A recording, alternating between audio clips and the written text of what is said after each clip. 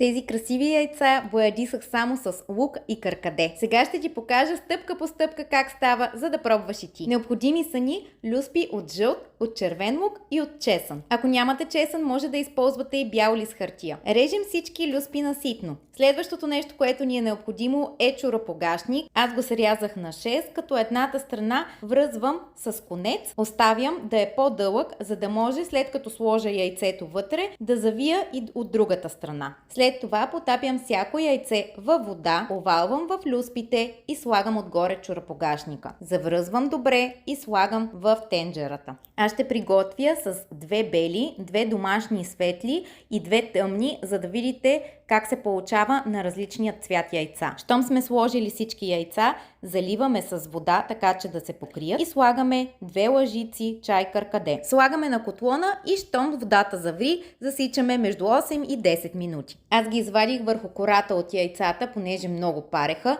срязах чоропогашника и вижте резултат. Първото яйце е бяло, то стана наистина много красиво. Следващото е от домашните, които бяха светли. Те също се получиха много красиви. А вижте какво стана с по-тъмното яйце. Минавам ги с малко олио за блясък и ето го резултат. Ще се радвам да ми пишете, ако ги пробвате в коментарите под видеото.